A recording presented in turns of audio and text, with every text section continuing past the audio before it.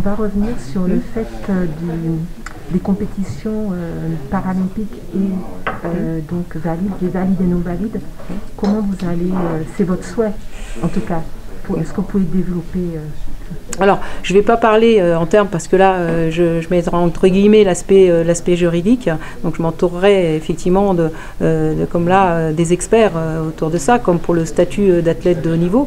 Mais simplement, effectivement, quand on voit des entraîneurs en athlétisme valide qui entraînent des entraîneurs non valides, et puis je vous en prenais un cas qui est Joe Maisetti, qui a été le curseur du record du monde du relais 4x100. Aujourd'hui, il entraîne effectivement l'équipe de France en e-sport. Donc il y a un échange qui se fait. On a effectivement sous forme de fauteuil l'ouverture d'un meeting avec les non-valides, mais je pense qu'il faut l'étendre beaucoup plus et pourquoi pas avoir des finales et pourquoi pas avoir un couloir, mais je verrais plus des séries avec une finale qui serait l'originalité et qui fera attirer effectivement les médias et les partenaires. Alors vous êtes la première femme à vous présenter à la candidature de la présidente de la Fédération française d'athlétisme. Quel est votre ressenti là-dessus ? Je pense que le fait que je sois une femme ou un homme, c'est pas le problème de la diversité non plus. Je pense que c'est une apogée de toute ma carrière sportive et toute ma carrière professionnelle.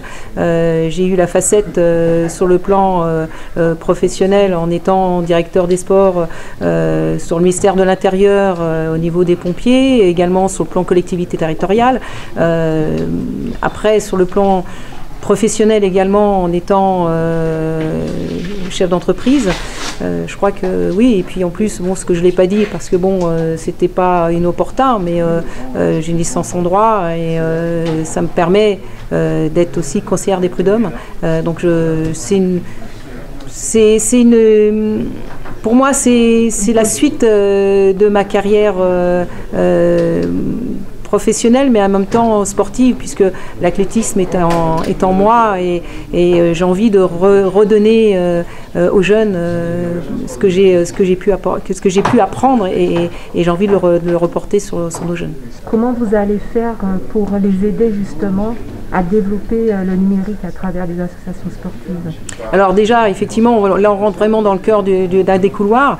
Pour développer la partie numérique, déjà il faudrait qu'il y aura une convention qui sera faite, ce que j'en appelle, c'est une centrale d'achat qui va permettre effectivement d'acheter de l'informatique, de mettre de l'informatique au niveau des associations sportives avec reconditionné à titre gratuit, parce qu'on sait très bien quand on est bénévole, on utilise notre propre outil au niveau de l'informatique. Là, ça serait des outils sous forme de centrale d'achat qui seraient au sein de la Fédération française d'athlétisme et qui permettraient pour les associations, pour les clubs, de se procurer éventuellement, alors je prends un prix symbolique, par exemple de 5 € par mois, un ordinateur qui va permettre de tout formater et d'être en lien avec l'ensemble des clubs par région, par département, et qui permettra d'avoir une visibilité du club au sein de la fédération. Alors, beaucoup d'athlètes, une fois que la carrière sportive est terminée, des fois se retrouvent sans travail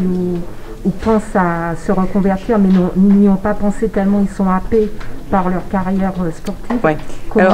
Alors c'est pas qu'ils sont happés, aujourd'hui ce qui manque, et je crois que j'en discutais aussi avec d'autres présidents de ligue, et qui est Philippe Lamblin, qui est aujourd'hui président de la Ligue des Hauts-de-France, qui œuvre effectivement pour mettre les sportifs de haut niveau avec des entreprises.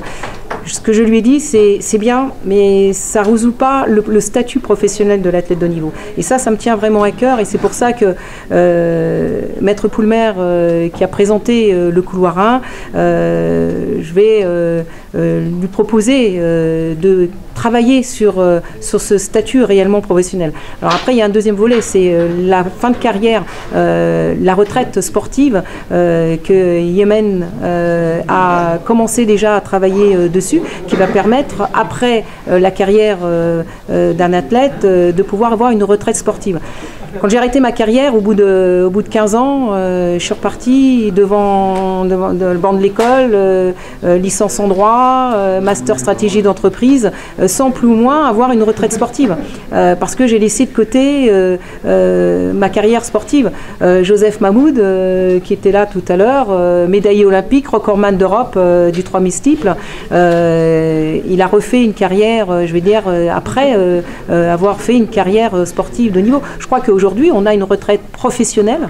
On doit avoir une retraite sportive qui permettrait, sous forme de cotisation, sous forme je ne sais pas encore comment ça va se tourner, mais au moins qu'il y ait une retraite sportive. Alors, une dernière question.